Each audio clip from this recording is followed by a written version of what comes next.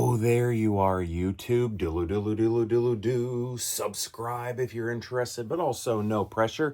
It is October 29th. It's time for us to head to that Halloween movie advent calendar to find out what movie we're watching. Let's head upstairs, shall we? Tomorrow's gonna be, the day after tomorrow's gonna be Halloween. October 29th? What are we watching? Waffle, wolf, wolf, Yep. E-E. Eek. Yep. Creek. Wolf Creek. That's right, Wolf Creek. Have you watched it? I feel like I have. I don't know. There's like a bunch. There's like 4 movies that I get confused for each other, and this is one of them. So I think I have, but I'll let you know later after I watch it.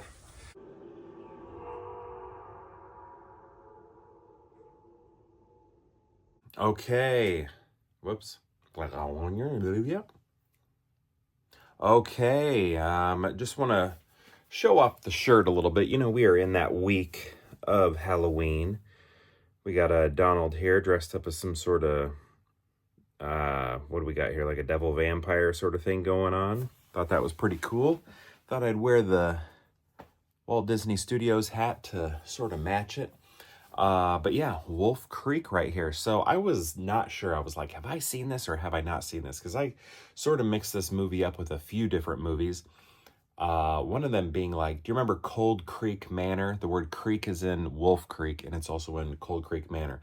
I saw Cold Creek Manor in the theater when I was in college. I think I double featured that movie with School of Rock.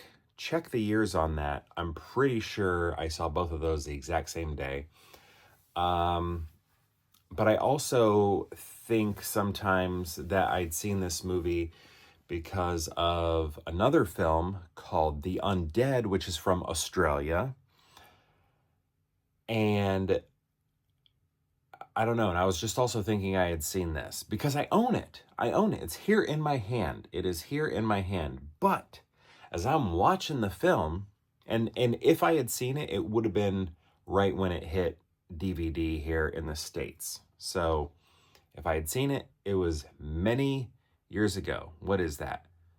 Like 20 years ago. So if I had seen it, it would have been then. But as I'm watching it today, I'm thinking none of this is recognizable except the villain, the bad guy.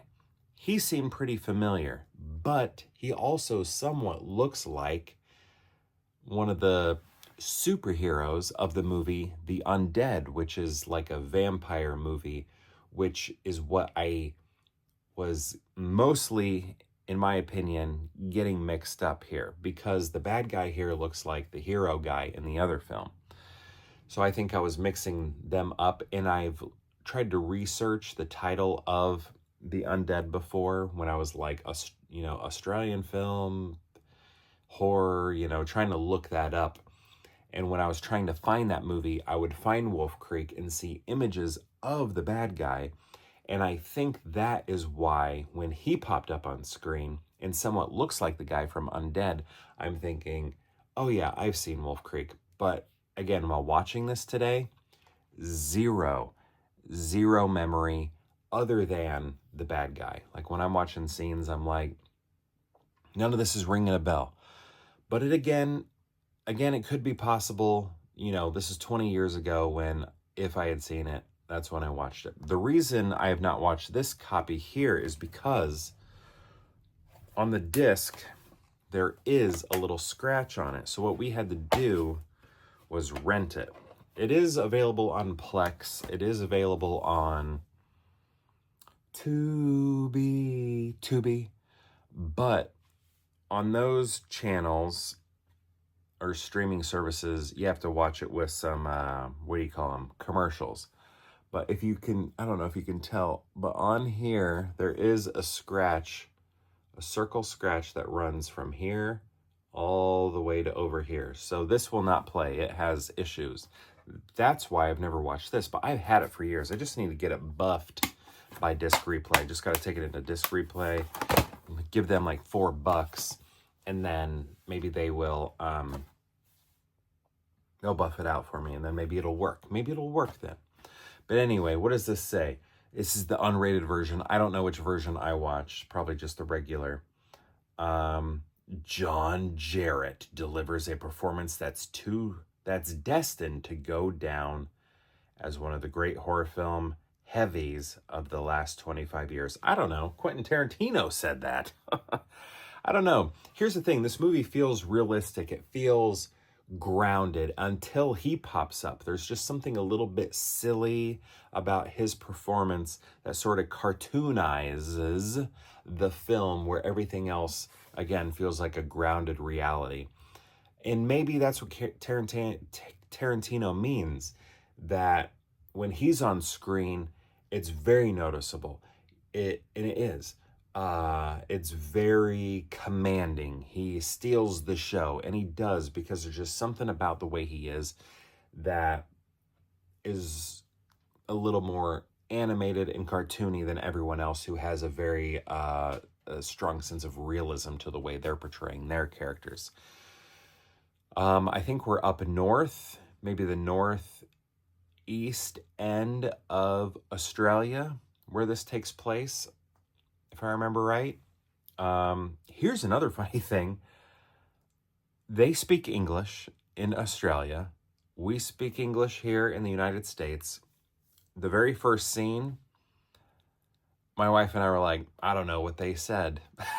It was like listening to a different language. I don't know if the accent is thicker up there or what, but we had to turn on the subtitles for this movie because of that opening scene. We were like, I don't know what they said. I have no idea what they said. Robert Rodriguez. That's cool. The Grindhouse duo says, as real as horror gets. I don't know. What does that even mean? It is good, though. I really did like this movie. I loved following along with it. The kills in it. We had... How many did we have? Do we only have... Well, I don't know if I should give it away, but the ones we had... Here, this movie's kind of beautifully shot. There's some great shots in this movie. Like, it is beautiful, some of the stuff that we are seeing on screen. And one of the, things in the film is very, like the second one, very beautifully shot. The second one, the first one, spoilers, I guess, which is this right here, this scene, doesn't have a lot of artistry to it. It probably does, but I didn't notice it like I did with the second one. But supposedly this story is based off of a real events, like sort of the amalgamation of two real events that happened in Australia. And this scene here is very much based off of some real events. So, yeah. There's more information here on the back. Ken Fox of TV Guide says, not since the original Texas Chainsaw Massacre has terror felt so real. This did feel like the Texas Chainsaw Massacre. I did get that vibe a little bit. Not as gritty at all. Not even close to as gritty, but I felt that. Here's another thing. This is the third Australian film that we've watched. I always try to say Australia because when I was a kid, I'd always say Australia. Over in Down Under, Australia. The Rescuer is Down Under. Where's Down Under? It's in Australia. So now I try and say Australia. I try and get rid of that L that I used to put in it. Third Australian film that we've seen. Bring Her Back. We saw that one. We saw that shark one. And then now this one. This is the Halloween of Australian films. The countdown to Halloween using Australian films. I don't know how many Australian films I've seen.